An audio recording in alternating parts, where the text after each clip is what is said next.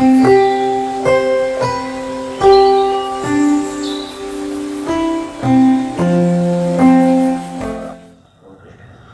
मैं डॉक्टर काशिफ रज़ा, पल्मोनोलॉजिस्ट मुरादाबाद। मेरी clinic breathe clinic के नाम से है, जो गांधीनगर में स्थित है।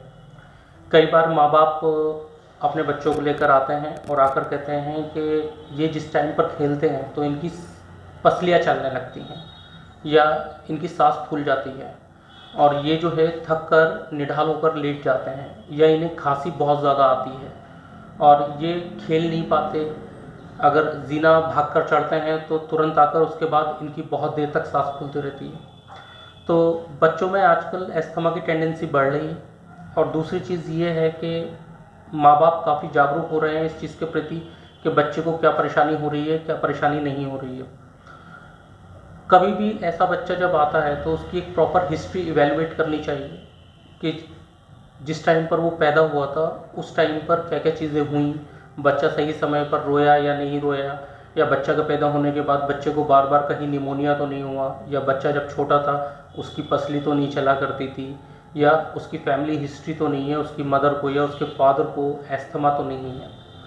जिस टाइम बच्चे को ये सब चीज़ें हम सुनिश्चित कर लेते हैं कि हाँ ये डायग्नोसिस एस्थमा की तरफ जा रहा है, अगर बच्चा 10 से 12 साल की उम्र से बड़ा है तो हम उसका एक पीएफटी कर सकते हैं, एक चेस्ट एक्सरे करा सकते हैं, जिससे हमें काफ़ी इन्फॉर्मेशन मिल जाएगी कि उसे एस्थमा है या नहीं है। और पीएफटी में भी हम उसका पोस्ट ब्रोंकोडाइलेशन वैल्यूज़ जो हैं वो हमें काफ़ी हद तक बता देंगी। इसके अलावा एक छोटा सा डिवाइस आता है PEFR के लिए, तो अगर हम उसे देखेंगे तो उससे भी हमें काफ़ी हद तक इन्फॉर्मेशन मिल जाएगी कि बच्चे को एस्थमा है या नहीं है।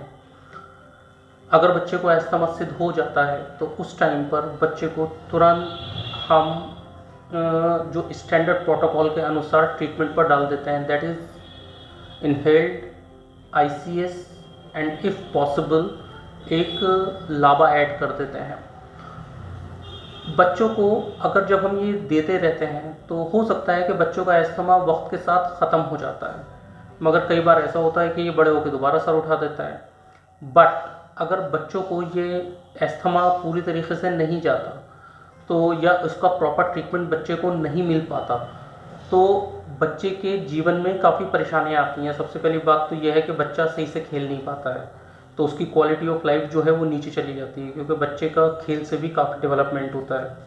बच्चे की कई बार, जैसे सपोज़ बच्चा पढ़ाई कर रहा है तो बच्चा पढ़ाई नहीं कर पाता है सही से।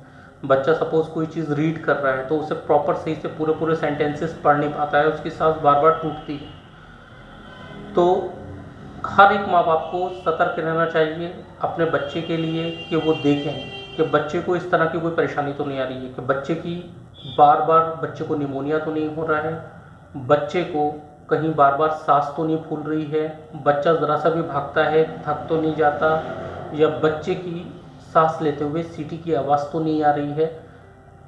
अगर ऐसे कोई भी सिम्टम्स माँ बाप को बच्चों के अंदर मिलते हैं तो तुरंत उन्हें डॉक्टर के पास लेके जाना चाहिए और बच्चे का इवैल्यूएशन प्रॉपर होना चाहिए।